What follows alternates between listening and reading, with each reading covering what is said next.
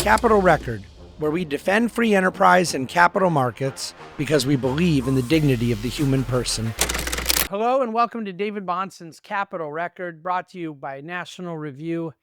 And we are going to cover a topic today that you might expect to hear covered at the E! Network or TMZ, or candidly, these days, a handful of different conservative websites or news outlets as well. But not necessarily one you'd expect to be brought to you by as a distinguished and elegant and sophisticated of an outlet as the Capital Record, where a deeper dive of economics and the social science behind economics is our weekly objective. And you might think, why is he talking about the tabloid affair that was Jeff Bezos' wedding in Venice last weekend to, I believe her name was Lauren Sanchez, but that shows you how deep I am into these celebrity news things, because I'm not even totally sure that her name is correct, and I'm not going to bother to correct it right now because it isn't all that pertinent. When I bring up the wedding of Bezos and what you all know the mission here is at Capital Record, make a case for free enterprise as a moral exercise, as something that is vital in upholding and defending for those who care about the cause of human flourishing. And that carries with it a great deal of ethical and philosophical discussion items that we delve into week by week here in this podcast. The fact of the matter is that I mean what I say when I say I don't care about Jeff Bezos' wedding. And a lot of that has to do with the fact that I don't care about anything celebrities are doing because I'm too busy to care. And I understand some people are wired a little differently. It can be entertainment for people. I've never gotten really into the royal family at all for exactly the same reason. It's just not really something I care a lot about. But I do think that there is a sport element to it for a lot of people that is, not my cup of tea. But that what I noticed in some of the things that were being discussed in conservative media about this particular affair, no pun intended, actually, this Bezos wedding, is that it was inviting some opportunity for economic commentary, including some economic commentary that might be different than some would expect that are used to my point of view on things.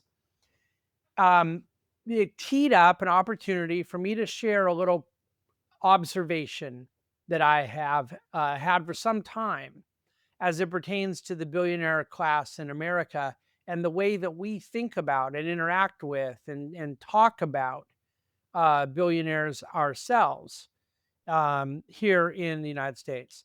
So Jeff Bezos is the founder and long time CEO of Amazon, one of the most successful companies in human history. And Jeff Bezos left his position as the CEO of Amazon a couple of years ago after being there for a very long time and accumulating for himself what I believe was a couple $100 billion in net worth.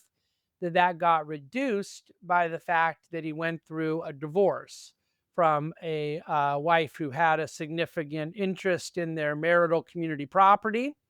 And nevertheless, even after that very expensive, I gotta assume it's the most expensive divorce in history. I don't know that, but it's just, it puts things like other famous divorces we've read about in the past to shame in terms of the commas and zeros involved. So that was a number of years back, and he ended up getting remarried. And this wedding over the weekend was in Venice. There was a yacht. There were just celebrities after celebrities, and it really was an extraordinarily ostentatious affair. And the reason I'm bringing it up on Capital Record is that I saw person after person after person critical of the public display. Some of them might have couched their criticism in the fact that Bezos had had an affair before, and then his new wife is much younger, and they may have tried to apply some moral or marital or sexual ethic to it. But time and time again, what was being said was just how grotesque this excessive display of wealth was. And all at once, I found myself, kind of feeling sorry for Jeff Bezos type mentality that has become one of the most successful and accomplished people in human history, and does still kind of have this need for ostentatious display of wealth and youth and sexuality and whatever else goes into this kind of tabloid affair over the weekend, but also being mortified by the people who are most critical of Bezos' wealth being people that are not worth $100 billion, but are worth $70 million, $100 million, $200 million. And it reiterated for me, and then inspired today's Capital Record, a belief I've had for some time, that the further out one is on wealth, the most covetous and envious are not the people furthest away from that, but the people closest to it. That, in other words, the people who have $57 in their checking account waiting for their next paycheck and no balance sheet to speak of, I don't believe they spend a lot of time hating Elon Musk or Jeff Bezos. But centimillionaires who are themselves extraordinarily wealthy people and accomplished and comfortable beyond any comprehension of the term, they seem to be time and time again the people that hate the billionaire class the most. And in fact, you could even divide billionaires into subclasses, because despite the incredible wealth that we're talking about, there actually is a very big difference between someone worth 2 or 300 billion and someone worth 2 or 3 billion. In fact, the difference between 200 billion and 2 billion is basically about $200 billion, just in terms of math. But there's a gentleman, by the way, I think I've talked about him in different occasions over on the podcast over the years, named Scott Galloway, who has a successful podcast himself. He has done a fair amount of writing. He has a social media presence. He was a professor at NYU. He's had a couple of failed business endeavors, a couple of successful business endeavors. He's a very well-off guy. I actually like Scott a lot. There's some stuff he's just unbearable to listen to on, and other things I think he's very astute and can be a really interesting social commentator on occasion. Scott is not a poor guy. In fact, he likes talking about his wealth, but he hates Elon Musk. And not because Elon Musk joined Doge or Trump 2.0, and not because he recently abandoned Trump 2.0. He's hated Musk for years. And, you could say he has good reasons or bad reasons, but it was just very apparent in the way Scott talks that he has a real serious chip on his shoulder about billionaires. And Scott is not a billionaire, but Scott is a multi-millionaire. And you could say this is anecdotal, but it is totally systemic in my world that there are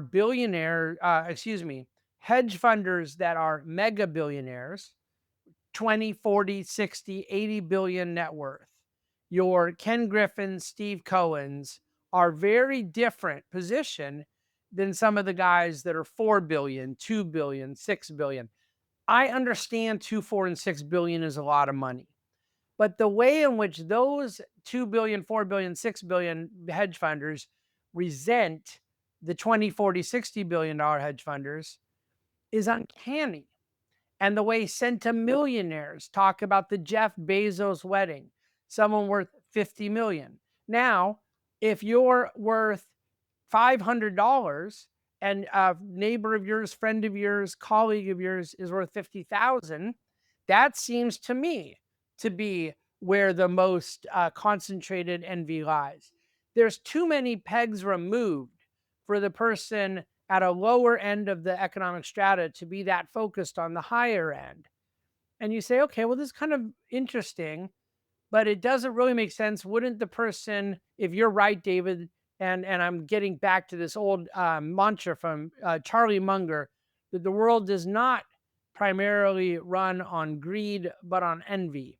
And this biblical principle that I believe in so much, that covetousness was the grand finale of the Ten Commandments, and that it drives so much of what goes wrong morally in our economic policy and in our economic theory.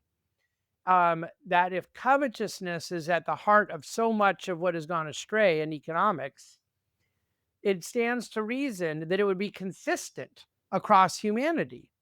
And I think this consistency is evidenced in the utter silliness of centimillionaires hating on billionaires and decamillionaires hating on centimillionaires and so forth and so on. But sociologically, that makes sense because of the fact that it is not um, a deeper issue of I resent that that person's comfortable, because a person themselves can be very, very comfortable. I think most people would believe that some of the folks worth 5 million or 50 million or 100 million that have just been utterly beside themselves about this Bezos wedding are doing quite fine themselves. The issue is not that they aren't eating. It isn't like I heard one of these individuals, and I'm purposely not saying the name, but had said this was like a let them eat cake moment. But this is a person that eats their dinner off China on a yacht, and they're not Bezos wealthy. But why would there be that differential? Why would there be this outrage? If the issue is just absolute standard of living, they're both living in an absolute standard that's incomprehensible to most people throughout human history, that is blessed, that is maybe in all cases deserved. I mean, I'm sure there are some billionaires, centimillionaires, decamillionaires that don't deserve it morally, that committed fraud or something like that. But the vast majority, including Bezos and Musk, by the way, the vast majority of the extravagant wealth in our country is uh, first generation earned, is entrepreneurial and fruit of risk taking, and in some cases, just pathological risk taking that reflects a level of courage and enterprising, pioneering spirit that is remarkable. Now, some still don't care, and there's this resentment, but I want to point out that the resentment seems to time and time again be from the rung on the ladder nearest, where someone has then said, I'm not in any bad position myself, but I'm not as rich as that guy, and therefore I'm going to hate on that guy. That, my friends, is called envy. That, my friends, is called sin. There is no reason in the world for our economic worldview to be tainted by people who have more than us if they earned it honestly and legally. There is no reason for us to believe that what needs to happen is some evening of the playing field whereby we make everybody poor simply because we're uncomfortable with the level of wealth others may have ahead of us. You know, this is one of the uglier sides of the human condition. Uh, and it also, in a lot of ways, is anti-American. To look at people who have achieved, I freely acknowledge I've done well for myself in life, but when I look at people that have a larger balance sheet than I do, um, I'm just telling you, of all the areas I struggle with, coveting their good fortunes has never been mine, because I'm too darn interested in what they've done, what they've achieved, what they've invented, what they've created, what they've produced, what challenges they've overcome. I love those stories. And so when I meet a trust fund kid who hasn't done anything, I don't covet him or resent him. I'm just bored by him and not interested in him. And that's not because I think that they've done anything bad. They didn't do anything good or bad. They were just born. And that's not going to be a very animating story. Some people were born with really wonderful conditions and did something from that, and then that story is going to be interesting to me. But I'm saying the mere possession of wealth isn't interesting, but the stories behind it fascinate me. Now, you could say, David, it's entirely possible somebody could be blown away and very, very complimentary of Bezos's story with Amazon and still think this wedding is disgusting. Well, that's true. And that's probably my view if I took 2 seconds to think about it. But what would make someone take days or hours to reflect on it, other than, I think, some sort of deeper seated envy that is very possibly the root of some very bad economics that, if allowed to be unchecked, goes to a very bad place. As a general rule, if we were talking about friends of mine or loved ones of mine or fellow church members or people that I had some kind of moral proximity to, I'm really anti extramarital affairs. So whatever, I don't know the story of what happened with Jeff Bezos and his ex-wife and now current wife. I mean, you can read little headlines and stuff. I don't know, so I'm not going to comment, and I just simply don't care. But when I see people spend money in a preposterous way, does it make me covetous? No, it does not. Does it make me kind of, grimace a little, like it's sort of awkward? Sure.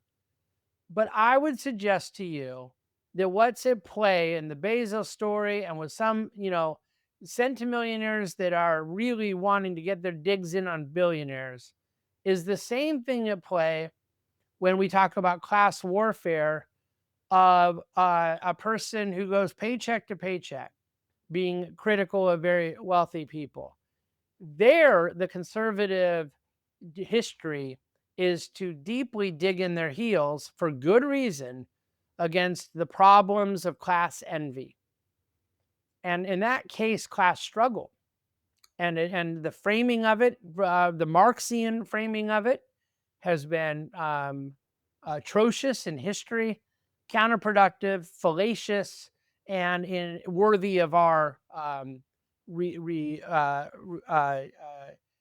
repudiation. Okay, what I don't know that we're being as self-conscious about, self-aware, is for very, very successful, comfortable people to do the same thing with people that are even more comfortable. And I would argue it comes from the same heart condition and manifests itself in the same, what is effectively law-breaking, sinful behavior, covetousness. I would prefer people as accomplished as Bezos not necessarily have to do a sort of embarrassing made for TMZ wedding, but I'd prefer all of us understand that there is absolutely no consideration of what others have when we think about our own place in life, when our minds and hearts are rightly ordered on our own productive activity. And wanting things because others have them and resenting other people because of their station in life, the only person who loses in that is the person holding on to the resentment. This is something that we need to apply in all elements across all income strata in the way we condemn class warfare. Thank you, as always, for listening to David Bonson's Capital Record, brought to you by National Review. Look forward to coming back at you again next week on the other side of the 4th of July with more topics whereby we defend the very thing the 4th of July represents in our country, that being, of course, our vigorous pursuit of life, liberty, and the pursuit of happiness. Thanks so much.